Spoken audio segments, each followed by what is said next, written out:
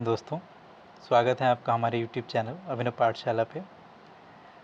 आज हम कक्षा 10 का एक बहुत ही इम्पोर्टेंट टॉपिक पढ़ेंगे जिसका नाम है अम्ल, क्षारक और लवण।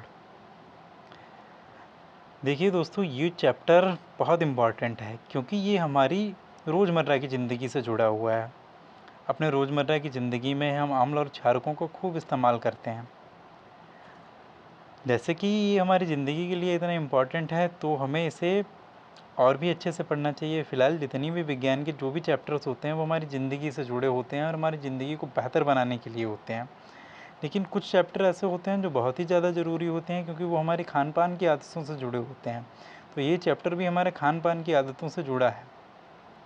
और सबसे पहले हम देख लेते हैं।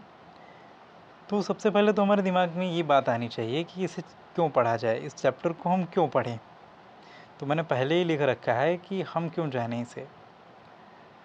तो सबसे पहले तो हमें ये जानना चाहिए कि जो हम खाना खाते हैं ना, इसका जो स्वाद कड़वा या खट्टा होता है वो किसकी वजह से होता है। वो अम्ल और क्षार की उपस्थिति की वजह से होता है। जो हमें खाना खाने में खट्टा लगता है, कड़वा लगता है, वो अम्ल और क्षार की वजह से ही होता है।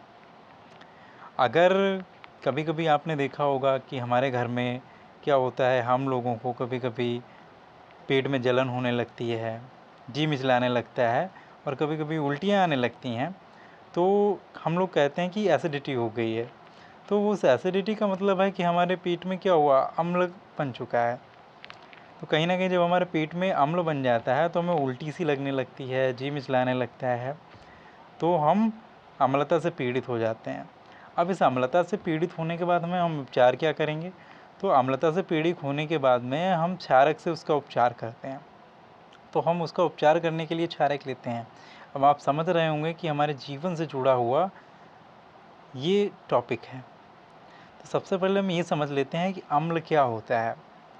देखिए, मैंने इसे पारिभाषिक तौर पे लिखा है, आप इसे अलग अलग करके याद कर सकते हैं ऐसे, लेकिन मैं आपको एक ही बार में पारिभाषिक तौर पे ही बता देता हूँ कि अम्ल क्या होते हैं। अम्ल ऐसे पदार्थ होते हैं जिनका स्वाद कैसा होता है, खट्टा। अम्ल ऐसे पदार्थ हैं जिनका स्वाद खट्टा होता है और ये नीले लिटमस पेपर को कैसा कर देते हैं, लाल कर देते हैं। यहाँ पे थोड़ा ध्यान दीजिएगा कि ये जो नीला लिटमस पेपर होता है, इस नीले लिटमस पेपर को लाल कर देते हैं। यहाँ पे आपको ध्यान दे रहा है, क्या कर देते हैं, लाल। तो ऐसे पदार्थों को हम क्या कहते हैं, ऐसे पदार्थों को हम अम्ल कहते हैं। इनका जो पीएच मान होता है, पीएच मान 7 होता है। मैं आपको पीएच स्केल पढ़ाऊँगा तो वहाँ पे मैं बताऊँगा, लेकिन यहाँ पर मैं केवल जस्ट अभी आपको बता देता हूँ कि इनका जो पीएच मान होता है वो 7 से कम होता है। कोई भी ऐसी पदार्थ जिनका पीएच मान 7 से कम है उन्हें हम अम्ल कहेंगे।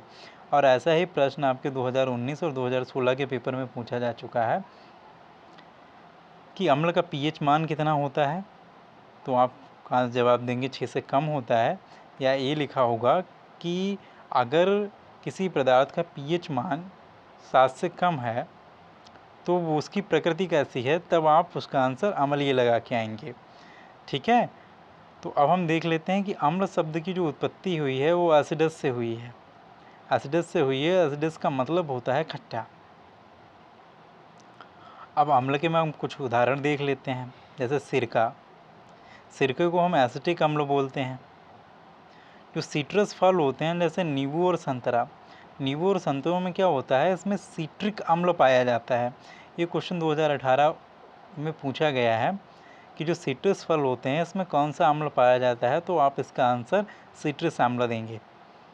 और इसका एक उदाहरण ले लेते हैं, वो है इमली। इमली जो होती है इसमें टार्टरिक अम्ल पाया जाता है। इसे हम नीचे डिटेल में पढ़ेंगे। इससे पहले हम देख लेते हैं जो अम्ल से संबंधित आरहेनियस का सिद्धांत है। एक वैज्ञानिक हुए हैं आरहेनियस, उन्होंने एक सिद्धांत दिया है अम्ल से जुड़ा हुआ। उन्होंने कहा वे पदार्थ जो जलीय विलयन में घुल के या वियोजित होकर हाइड्रोजन आयन देते हैं तथा हाइड्रोजन आयन H+ के अतिरिक्त तो कोई धन आयन नहीं देते हैं, उन्हें हम अम्ल कहते हैं। जैसे अगर हम किसी पदार्थ को जल में घोलें तो ये अगर वो अम्ल होगा तो वो केवल H+ आयन देगा। H+ आयन के अतिरिक्त तो और कोई धन आयन नहीं देता है, उन्हें ही हम अम्ल कहते हैं। इसका मतलब क्या हुआ, इसका मतलब हुआ दोस्तों कि सभी तत्वों में जो सभी तत्व अम्ल होते हैं उनमें क्या होता है, हाइड्रोजन उपस्थित होता है। तो इसी तरह से हम देख लेते हैं कि कुछ जो अम्ल होते हैं उनके प्राकृतिक स्रोत क्या होते हैं और उन प्राकृतिक स्रोत में कौन सा अम्ल पाया जाता है, इसे हम ज़रा नीचे देख लेते हैं। ये प्राकृतिक स्रोत और इनके अम्ल देखिए आप नीचे लिखे हुए हैं। जैसे ये लिखा है सिरका, सिरके में क्या मिलता है दोस्तों, इसमें एसिटिक अम्ल मिलता है। दूसरा लिखा है नींबू और संतरा, नींबू और संतरा में मैंने आपको बताया क्या मिलता है, इसमें सीट्रिक अम्ल मिलता है। इमली जो होती है, इमली में टार्टरिक अम्ल मिलता है। अभी कई सारे कॉम्पिटिशन्स के एग्ज़ाम हुए हैं, उसमें एक क्वेश्चन पूछा गया है कि इमली में कौन सा अम्ल पाया जाता है। अभी रिसेंट में APFC का एग्ज़ाम हुआ है, EPFO का, उसमें ये क्वेश्चन पूछा गया है कि इमली में टार्टरिक अम्ल कौन सा अम्ल पाया जाता है, तो इसका आंसर होगा टार्टरिक अम्ल पाया जाता है। तो कॉम्पिटिशन्स में भी यहाँ से क्वेश्चन खूब बनते हैं, तो आप इसे याद कर लीजिए, इसे स्टार मार्क कर लीजिए। इससे आगे देख लीजिए, जो टमाटर होता है, टमाटर में क्या होता है, ऑक्जेलिक अम्ल पाया जाता है, ऑक्जेलिक अम्ल। दही में क्या होता है, दही में आप सब लोग जानते होंगे, इसमें लैक्टिक अम्ल पाया जाता है, दही में लैक्टिक अम्ल पाया जाता है। ठीक है दोस्तों, अभी हमने अम्ल देखा है, और अम्ल से संबंधित जो अभिक्रियाएं होती हैं, अम्ल अन्य पदार्थों या यौगिकों के साथ मिलकर क्या अभिक्रिया करते हैं, उसके लिए हम एक आगे वीडियो बनाएंगे जिसे आप देखकर ये समझ सकते हैं। फिर हम क्षारक पढ़ेंगे, लवण पढ़ेंगे और सूचक पढ़ेंगे। इसी चैप्टर के आगे हम इन सब चीज़ों को पढ़ेंगे।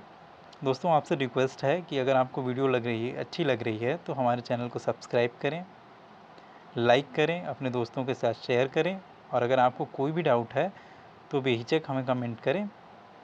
धन्यवाद दोस्तों।